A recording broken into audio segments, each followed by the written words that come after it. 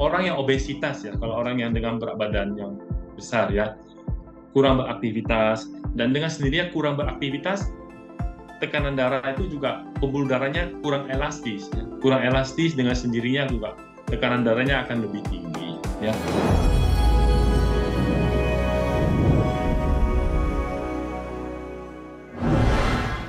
Selamat malam, Dokter Edi. Terima kasih atas waktu yang Selamat sudah malam. diluangkan untuk berbincang-bincang dan sharing tentang kesehatan. Malam ini kita akan berbicara tentang hypertension, tekanan darah tinggi. Ya, sebelum dimulai, saya ingin memperkenalkan Dokter Edi adalah physician atau dokter penyakit dalam di Singapura. Dulu kuliah di Indonesia, di Gajah Mada, sekarang kerja di Singapura. Dokter Edi bisa menjelaskan dari Gajah Mada, sekolah kedokteran, lulus, kok bisa sampai di Singapura, ceritanya bagaimana? Oh, oke. Selamat malam, Dr. Tony. Juga selamat malam kepada para teman-teman di Indonesia ya. Saya memang seperti yang Dr. Tony katakan, saya lulusan dari Gajah Mada. Setelah itu memang bekerja di beberapa tempat ya. Saya memang setelah itu bekerja di Medan beberapa lama, kemudian meneruskan ke Singapura.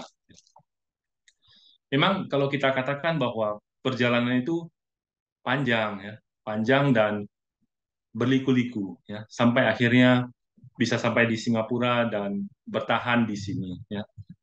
Kita ketahui bahwa training di Singapura itu uh, terstruktur, padat, dan memerlukan konsentrasi dan determinasi yang kuat. Ya. Kalau boleh saya katakan itu perjuangan yang berat ya. Bagi Oke, saya ya, mungkin bagi dokter ya, lain mungkin mereka mudah atau bagaimana ya ya. nggak berat. Jadi itu di Singapura bekerja, trainingnya memang centernya atau core-nya intinya itu di Singapura. Tapi saya juga ada pengalaman training di Australia di Alfred Hospital di Melbourne, ya, Ya. dan Royal Melbourne Children Hospital ya dalam perjalanan menuju ke jenjang atas di Singapura itu.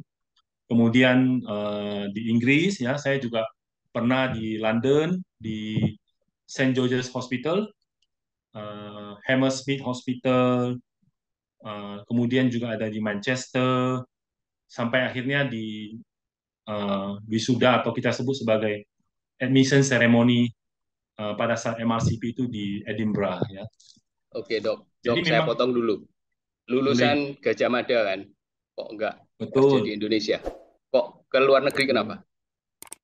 betul. Itu memang ceritanya panjang dulu itu. Pada saat itu memang ada kesempatan dan ada determinasi yang kuat supaya bagaimana bisa, uh, bagaimana bisa berkembang dan membuat diri menjadi lebih apa, lebih up to date dengan teknologi dan pengetahuan di bidang kedokteran.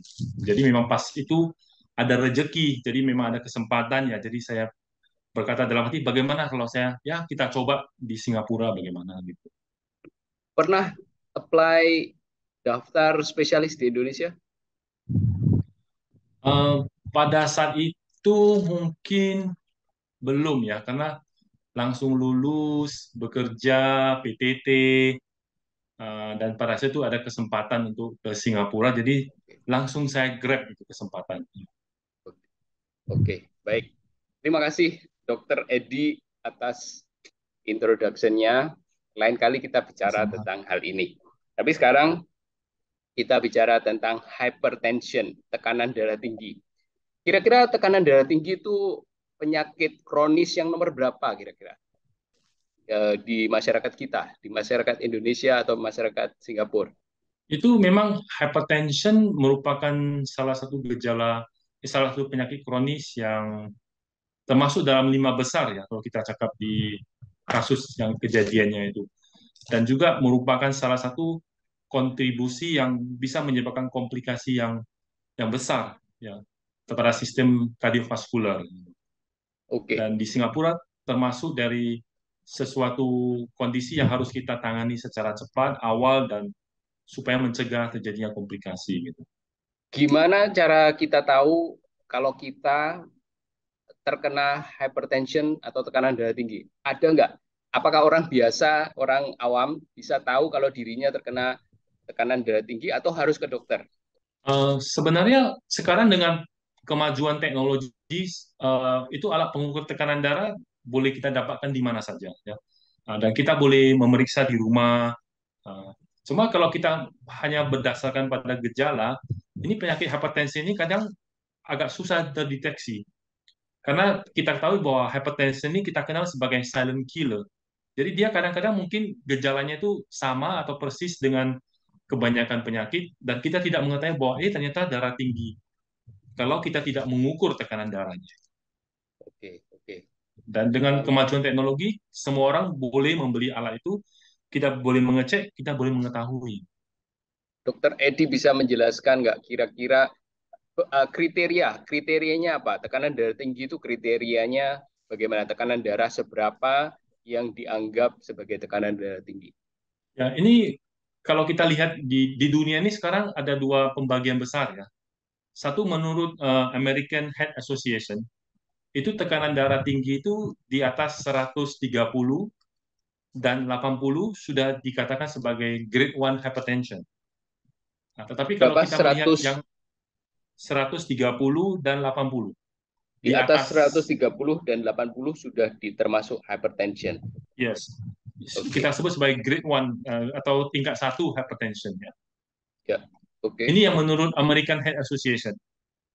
Tapi Alright. kalau kita menurut yang Eropa seperti European Society of Hypertension, itu kalau di atas 140 dan 90. Oke. Jadi ada Oke. perbedaan sekitar 10 mm mercury itu. Oke. Yang dipakai yang mana kalau di Singapura? Yang di Singapura kami dengan teman-teman semua dan sesuai dengan guideline itu kita tetap berprinsip pada 140 dan 90. 140 dan 90. Misalnya seseorang, Dokter Edi ada pasien tekanan darahnya 100 di atas 140 over 90. Apa yang dilakukan? Apa yang bisa dilakukan oleh pasien sendiri dan apa yang mungkin dokter lakukan, beri obat atau segala macam? Apa yang bisa dilakukan? Ini begini, sebelum kita mendiagnose pasien, ya, memberikan label bahwa pasien itu mempunyai darah tinggi, kita harus mengetahui bahwa we have to document, kita harus mempunyai dokumentasi bahwa ada 2 kali tekanan darahnya itu di atas 140-90 dan pada keadaan yang berbeda.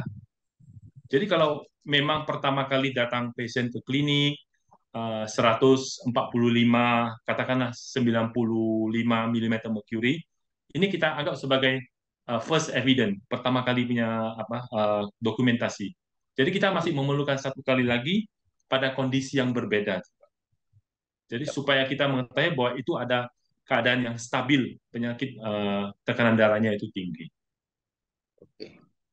Di Jadi samping itu sekali kita juga bagaimana? jadi Uh, sekali sekali periksa tekanan darah dan tekanan darahnya tinggi saja itu tidak cukup untuk mendiagnosa tekanan darah tinggi, harus 2 kali gitu ya.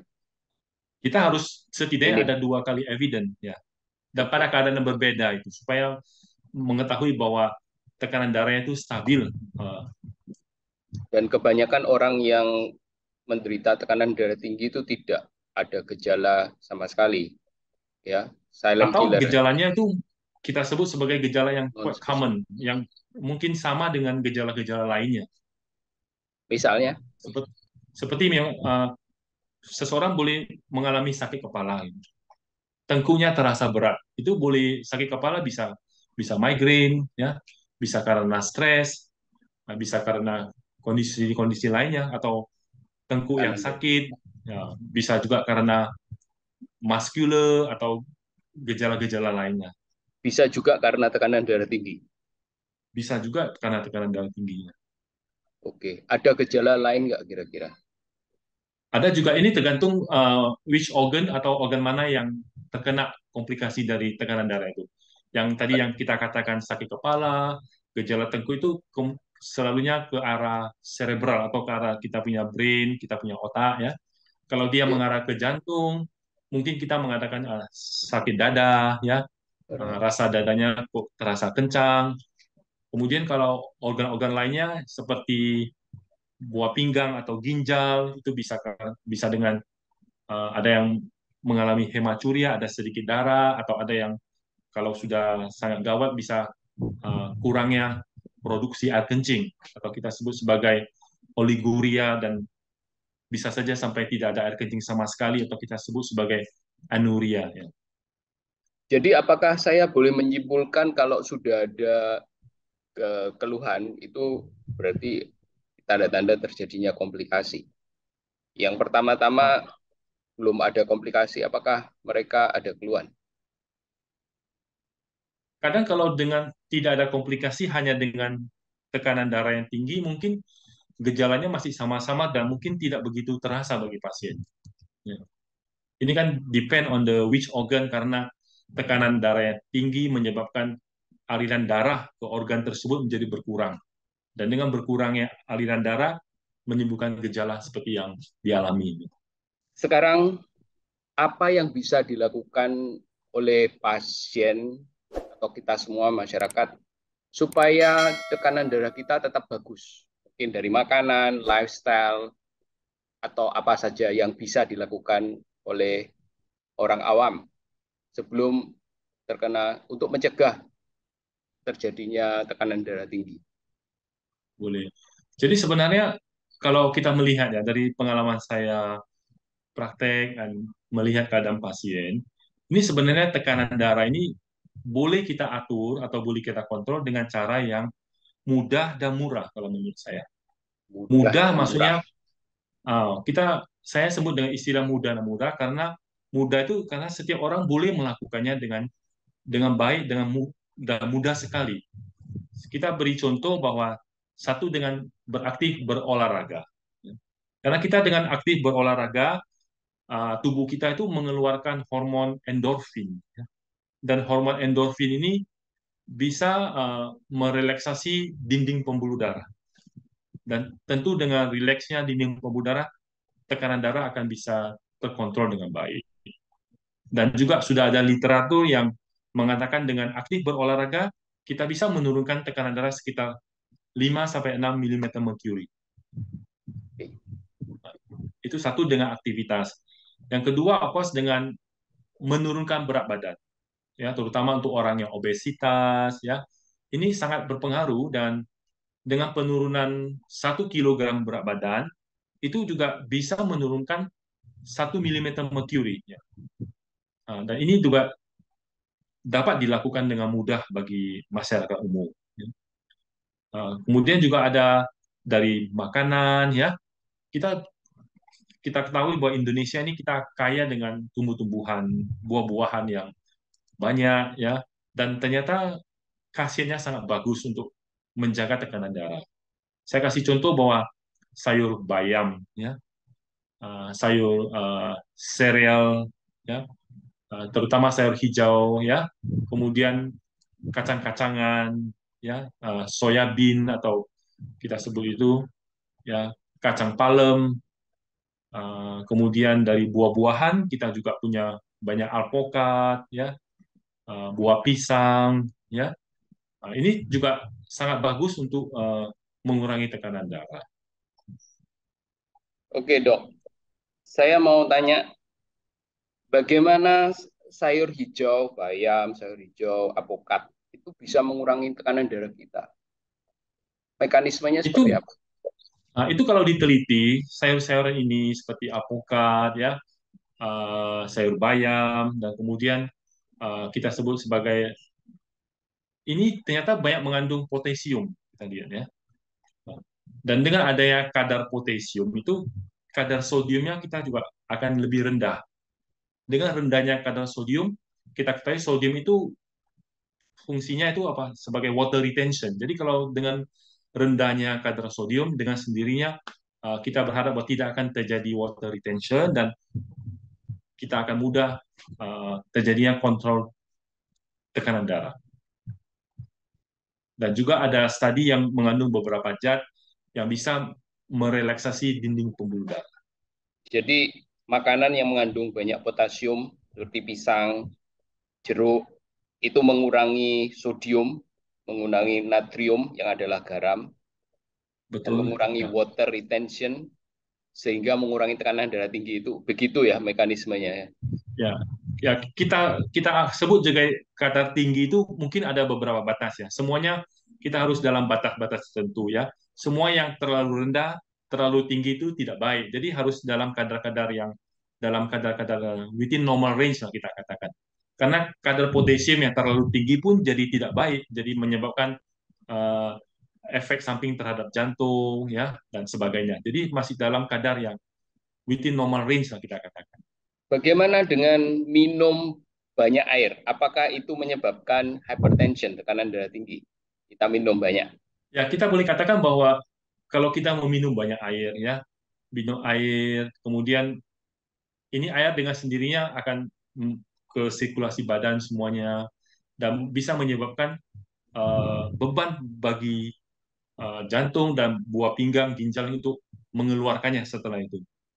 Nah, dengan adanya beban yang bertambah pada buah pinggang dan ginjal, dengan sendirinya akan meningkatkan resistensi pembuluh darah, dan dengan sendirinya tekanan darah akan sedikit menaik. Kalau misalnya ginjalnya normal, tidak ada komplikasi ya. Ginjal normal, jantung normal, semua paru-paru normal, liver normal. Apakah minum banyak air itu berbahaya? Nah, ini tentunya kita harus melihat bahwa for someone, untuk seseorang yang buah pinggang yang bagus, kerja jantung yang bagus, ya, dengan minum air yang sekitar mungkin 4 sampai 6 liter per hari, itu mungkin akan bagus dan tidak akan terlalu beban pada jantung dan buah pinggang. Tetapi untuk orang yang mempunyai uh, kidney failure atau gagal ginjal atau orang yang mempunyai masalah di jantung, tentu ini sangat berbahaya dan bisa menaikkan tekanan darah. Oke, Semuanya kita dalam koridor orang dengan fungsi tubuh yang bagus gitu. oke. Sekarang saya mau tanya tentang menurunkan berat badan. Kok bisa juga menurunkan tekanan darah? 1 kilo berat badan bisa menurunkan 1 milimeter merkuri. Mekanismenya seperti apa, Dok? Ya, ini mungkin kita secara direct atau secara indirect ya, kita bisa melihat orang yang obesitas ya, kalau orang yang dengan berat badan yang besar ya, itu dengan sendirinya juga dia banyak association sepertinya OSA ya, obstructive sleep apnea, kita kasih contoh satu. Nah, dengan obstructive sleep apnea itu juga orang itu eh, dia akan kurang beraktivitas ya, kurang beraktivitas, dan dengan sendirinya kurang beraktivitas, tekanan darah itu juga pembuluh darahnya kurang elastis ya, kurang elastis, dengan sendirinya juga tekanan darahnya akan lebih tinggi ya. Dan orang yang dengan OSA atau dengan associated dengan berat badan yang besar itu juga pada saat tidurnya kita ketahui bahwa akan terjadi peristiwa apnea in between, dan dengan tegangnya pembuluh darah pada saat itu juga dengan sendirinya tekanan darahnya akan menjadi lebih tinggi dibandingkan dengan orang yang berat badannya yang dalam keadaan normal gitu ya. Dan of course dengan segala association dengan kadar kolesterol dan semuanya ini, dengan sendirinya penyumbatan atau arteriosklerosis pembuluh darah dan semuanya akan berakibat dengan tekanan darah yang lebih tinggi dibandingkan dengan orang yang normal gitu. Jadi kalau saya boleh simpulkan, orang yang obes, yang kelebihan berat badan, cenderung kolesterolnya juga tinggi dan terjadi arteriosklerosis, pengerasan dinding pembuluh darah yang menyebabkan hypertension, tekanan darah tinggi, begitu ya, Dok? Ya, kita bisa katakan itu associated dengan asosiasi dengan kondisi keadaan tubuhnya. Terus ada lagi nggak yang bisa dilakukan oleh pasien untuk hidup sehat supaya tidak terkena tekanan darah tinggi? Ya, sebenarnya satu yang paling penting yang selalu saya tekankan kepada pasien yang datang kepada saya bahwa yang sangat mudah ya, Pak. Satunya adalah kita harus selalu merasa bahagia. Bahagia di dalam kehidupan sehari-hari maupun bahagia pada saat bekerja. Nah, mengapa? Karena kalau kita dalam keadaan bahagia, tubuh itu akan mengeluarkan beberapa hormon seperti oksitosin, seperti endorfin, yang pada akhirnya hormon ini akan merelaksasi dinding pembuluh darah. Dan dengan rileksnya dinding pembuluh darah, ini tekanan darah otomatis akan menjadi lebih terkontrol. Dan ini sudah ada studi yang menemukan bahwa orang yang bahagia akan tinggi kadar dopamin, oksitosin, serotonin. Ini ternyata zat-zat ini bisa menurunkan tekanan darah. Nah, jadi Ya, kalau boleh saya katakan ini adalah cara yang mudah dengan bahagia dan murah dan tidak perlu mengeluarkan biaya. oke, oke. Bagi orang-orang tertentu, bahagia itu sulit sekali, dok. Bagi orang-orang tertentu yang punya masalah, bahagia itu sulit sekali. Misalnya masalah keluarga, sulit sekali untuk bahagia. Tapi kalau hidup Ya, kita memang semuanya baik, mulus, bahagia itu gampang. Kadang-kadang menciptakan kebahagiaan di atas kesengsaraan bagi orang tertentu susah.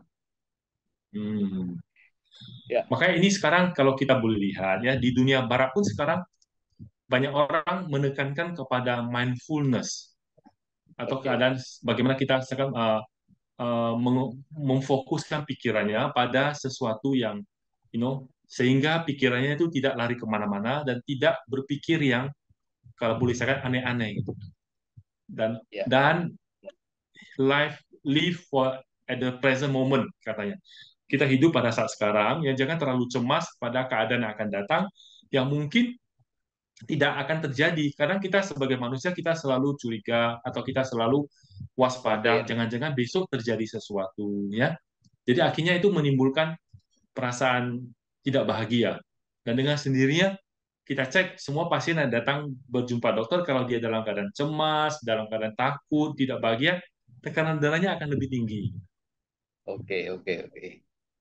Dok, kayaknya tekanan darah tinggi ini topik yang sangat lebar, luas, dalam, dan kita kayaknya perlu session berikutnya. Boleh. Ini jadi dari pembicaraan kita, saya bisa hari ini kita bicara tentang apa yang pasien bisa lakukan sendiri untuk Boleh. menjaga tekanan darah. Berikutnya kita akan mungkin diskusi tentang apa yang dokter bisa lakukan dan bagaimana cara menghindari komplikasi seperti itu. Jadi untuk hari ini, cara yang mudah dan murah untuk menjaga tekanan darah kita. Nomor satu adalah olahraga yang teratur, karena saat kita olahraga mengeluarkan endorfin dan merilekskan pembuluh darah kita ya. Nomor dua, Betul. menurunkan berat badan. Dengan menurunkan berat badan 1 kilo, kita bisa menurunkan tekanan darah sebanyak 1 mm merkuri. Nomor tiga, makan makanan yang sehat seperti sayur, buah-buahan yang mengandung potasium, tapi jangan terlalu banyak karena potasium bisa mengurangi sodium, natrium yang menyebabkan tekanan darah tinggi. Dan yang tidak kalah pentingnya adalah bahagia ya dok. Bahagia Betul, ini itu sangat penting sebenarnya. ya ya itu bisa menurunkan tekanan darah. Terima kasih banyak Dokter Edi atas waktunya malam ini, dan saya juga berterima kasih kepada teman-teman yang nonton video ini. Kalau kalian ada pertanyaan, silahkan tulis pertanyaannya di comment section di bawah ini. Saya harap Dokter Edi bisa cek kadang-kadang dok, kalau ada pertanyaan bisa bantu jawab. Boleh. Ya, dan kita akan jumpa lagi ya di acara berikutnya. Kita bahas hypertension, tekanan darah tinggi ini lebih detail lagi. Semoga apa yang kita diskusikan hari ini berguna, bermanfaat bagi masyarakat semuanya, masyarakat Indonesia pada khususnya. Dan terima kasih sekali lagi atas waktunya, waktu Dr. Edi dan waktu teman-teman semuanya. Dan sampai jumpa di acara bincang-bincang berikutnya. Bye-bye. Terima kasih.